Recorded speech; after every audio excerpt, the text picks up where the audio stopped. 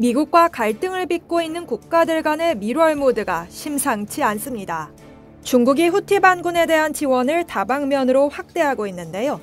중국은 이란산 석유를 구매함으로써 이란과 후티 반군을 돕는 것을 넘어 자국 위성 기업에 데이터까지 보내주며 미국을 위협하는 후티 반군의 활동을 지원하고 있습니다. 미국 정부는 17일 홍해에서 미국 군함과 다국적 상선 등을 공격하는 예멘의 친이란 후티 반군이 중국 위성 관련 업체의 지원을 받고 있다며 용납할 수 없다고 중국에 경고하고 나섰는데요. 앞서 파이낸셜 타임즈는 미국 당국자들을 인용해 후티 반군이 미 군함과 다국적 상선을 표적으로 삼기 위해 필요한 위성 이미지를 창광위성이 제공하고 있다고 전한 바 있습니다. 태미 브루스 미 국무부 대변인은 이날 브리핑에서 중국의 창광위성에 관한 파이낸셜 타임스 보도가 맞다고 확인했습니다. 브루스 대변인은 중국은 자국을 세계의 평화 중재자로 묘사하지만 실제로는 중국과 중국의 본사를 둔 기업들이 러시아, 북한, 이란 정권과 이란의 대리 세력을 경제 기술적으로 지원하고 있다고 말했습니다. 그는 미국이 이 문제를 논의하기 위해 중국 측과 접촉했음에도 불구하고 후티 반군에 대한 중국 기업의 지원은 계속됐다고 주장했는데요. 브루스 대변인은 그들의 지원은 용납할 수 없다고 비판했습니다. 그러면서 평화를 지지한다는 중국의 주장이 공허하다는 것을 보여주는 또 다른 예라고 말했습니다.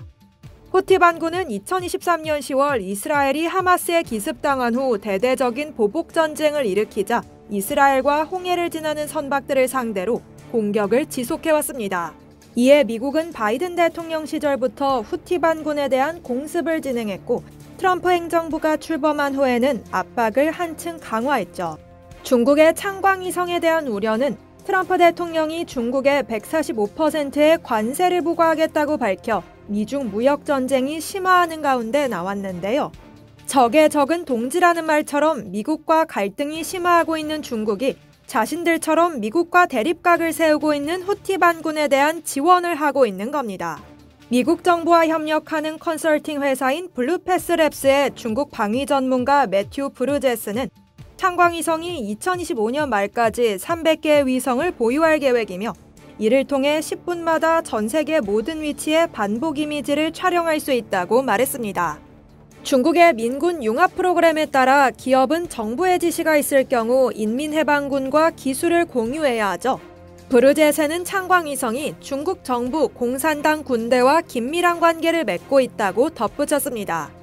중국 고위 관리들에게 군사 정보를 포함한 응용 프로그램에 대한 브리핑을 제공했으며 시진핑 주석의 뒤를 잇는 2인자인 중국군 최고사령관 장유샤를 포함한 여러 인민해방군 고위 장교들 앞에서 자신들의 기술을 시연했다고 전했습니다. 이상 여의도투브였습니다.